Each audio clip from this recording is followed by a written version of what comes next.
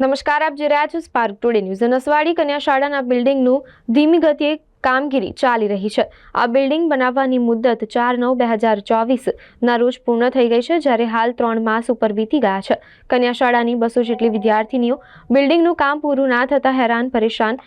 કન્યા શાળાની વિદ્યાર્થીનીઓ ને કુમાર શાળામાં અભ્યાસ માટે બેસાડવામાં આવતી હોવાથી કુમાર શાળા અને કન્યા શાળા એક સાથે બે શાળાના બાળકોને બેસાડવાની જગ્યા ન હોવાથી સવારના 7 થી 11 કન્યા શાળાની વિદ્યાર્થીનીઓને અભ્યાસ માટે બોલાવવામાં આવે છે, જ્યારે સવારના સમયની સ્કૂલ હોવાથી વિદ્યાર્થીનીઓને ભારે ઠંડીનો સામનો કરવો પડે છે, જ્યારે શ્રમજીવી પરિવારના બાળકો પાસે સ્વેટર પણ હોતા નથી। સર્વ શિક્ષા અભિયાનના ઇજનેરોની નિષ્કાળજીના કારણે કામગીરી ધીમી ચાલી રહી છે। આદિવાસી વિસ્તારમાં સ્કૂલ બિલ્ડિંગના કામો ચાલે છે, તેમાં સરકારી વિભાગના ઇજનેરો પણ હાજર રહેતા નથી, જેના કારણે કામની ગુણવત્તા જળવાતી નથી। રામ ભરોસે પ્રાથમિક શાળાના બિલ્ડિંગની કામગીરી ચાલી રહી છે।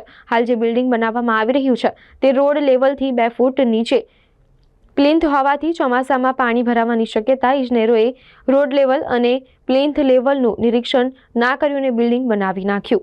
નસવાડી કુમાર શાળામાં અમે વૈકલ્પિક વ્યવસ્થા કરેલી, એટલે અમે હાલમાં નસવાડી કન્યા શાળાની બાળકો સવારે 7 વાગે અમારો ટાઈમ છે, એટલે સવારમાં 7 થી 12માં કન્યા શાળાની બાળાઓ બેસે, ત્યાર પછી કુમાર શાળાના બાળકો, અને 2 વર્ષથી અમે અહીંયા બેસીએ છીએ।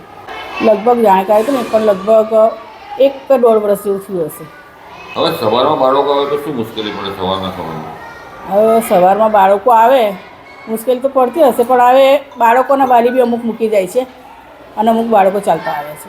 ઠંડીની મોસમમાં તો સ્વાભાવિક છે કે થોડી મુશ્કેલી પડતી હોય। કામગીરી અત્યારે ફૂલ ઝડપી ચાલે છે। 10 થી 15 દિવસમાં બિલ્ડિંગ સોંપાઈ પણ જશે અને છોકરાઓ પણ બેસવાનું શરૂ થઈ જશે। વરસાદના કારણે થોડું લેટ થયેલું, પણ એ અમારે સરકારમાં રજૂઆત કરેલી હતી।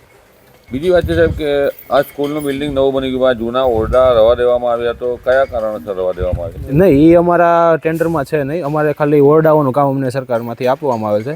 એ ઓરડાનું કામ અમે 10-15 દિવસમાં ફિનિશ કરી આપીશું।